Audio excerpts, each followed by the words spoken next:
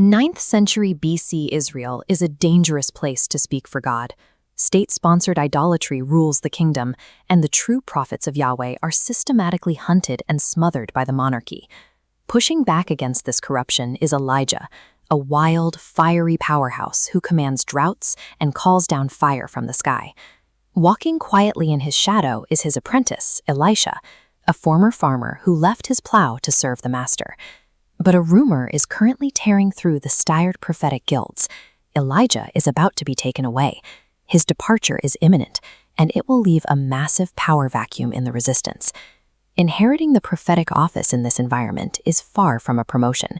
Whoever steps into Elijah's role steps directly into the lethal crosshairs of a hostile state. Looking at this map of the region, we can trace a grueling geographic gauntlet.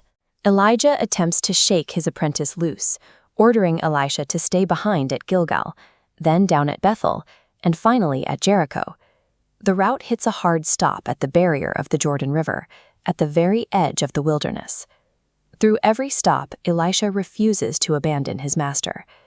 Standing on these desolate banks of the Jordan, Elijah takes off his heavy mantle, rolls it up, and strikes the river. The water parts, allowing them to cross on dry ground.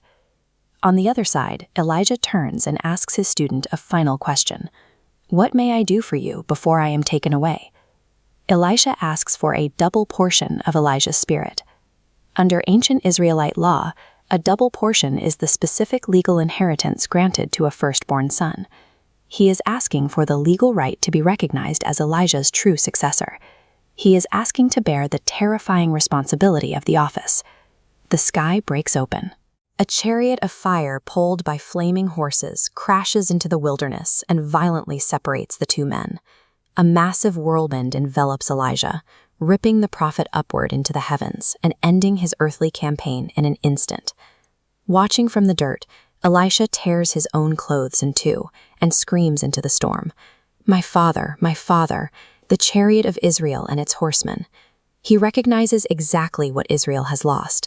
Elijah was the true military and spiritual defense of the nation. The sky clears. The master is gone. The apprentice is left entirely alone in the dust of a hostile world. Drifting slowly down from the sky is Elijah's physical mantle, the ultimate symbol of the prophetic office. The fabric holds no intrinsic power. Elisha must make an active physical choice to step forward, bend down, and pick up this burden.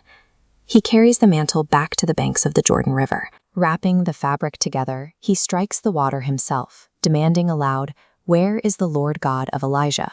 The roaring river tears apart, exploding outward and exposing the dry, cracked riverbed below.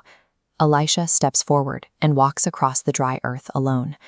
By returning to the western bank, he signals that the prophetic office remains occupied, even without Elijah.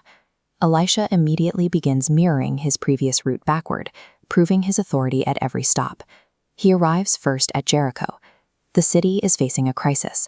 The local water supply is poisoned, causing widespread illness, death, and barren farmland. Elisha asks the locals for a brand new bowl filled with salt. He walks directly to the source of the spring, throws the salt into the water, and announces that God has healed the water. This restoration left a permanent geographical legacy. This is the Elisha Spring Fountain in modern-day Jericho, a site that still yields fresh water today. With a single act, Elisha successfully demonstrates the first side of his inherited mantle, the divine power to bring life and blessing to a broken land. Elisha leaves Jericho and descends straight into the city of Bethel, the epicenter of the northern kingdom's pagan calf worship and institutional corruption. As he approaches, a large mob of youths surrounds him. Given the location, these are likely trainee priests from the city's idolatrous shrine. They begin aggressively mocking his bald head. They chant, "Go up, bald head." This is a lethal insult. They are challenging Elisha to ascend into the sky and die like his master, directly mocking the God he represents. Elisha turns and pronounces a curse on the mob.